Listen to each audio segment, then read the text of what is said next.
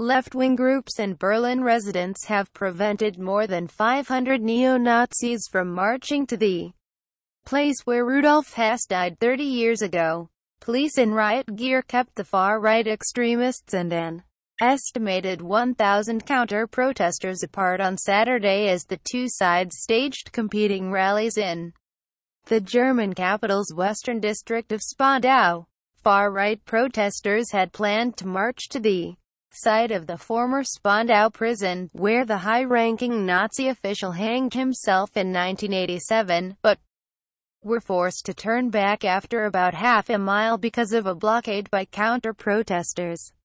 Berlin. Police tightened security for neo-Nazi march after Charlottesville attack. Read more. After changing their route, the neo-Nazis, who had come from all over Germany and neighbouring European countries, returned to Spandau's main station for speeches amid jeers and chants of "Nazis go home" and "You lost the war" from counter-protesters.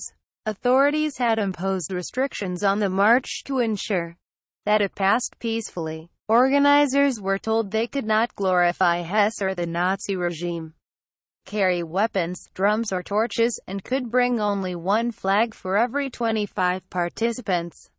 Such restrictions are common in Germany and rooted in the experience of the pre-war Weimar Republic, when opposing political groups would try to forcibly interrupt their rivals' rallies, resulting in frequent street violence. Police in Germany say they generally try to balance protesters' rights to free speech and free assembly against the rights of counter-demonstrators and residents. The rules mean that shields, helmets, and batons carried by far-right and neo-Nazi protesters in Charlottesville are not allowed in Germany. Openly antisemitic chants would also prompt German police to intervene. UK repeatedly pressed for Rudolf Hess's release from Spandau prison. Read more. Neo-Nazi protesters on Saturday were frisked and funneled through tents where police checked them for weapons, forbidden flags and tattoos showing symbols banned in Germany, such as the swastika.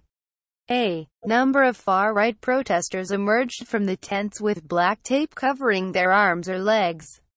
Organizers imposed a number of their own rules on the marchers. They were encouraged to wear smart white shirts and were told not to speak to the media. Among those demonstrating against the neo-Nazis was Jossa Berntje from the western city of Koblenz. The 64-year-old cited the clashes in Charlottesville and her parents' experience of living under the Nazis as her reason for coming.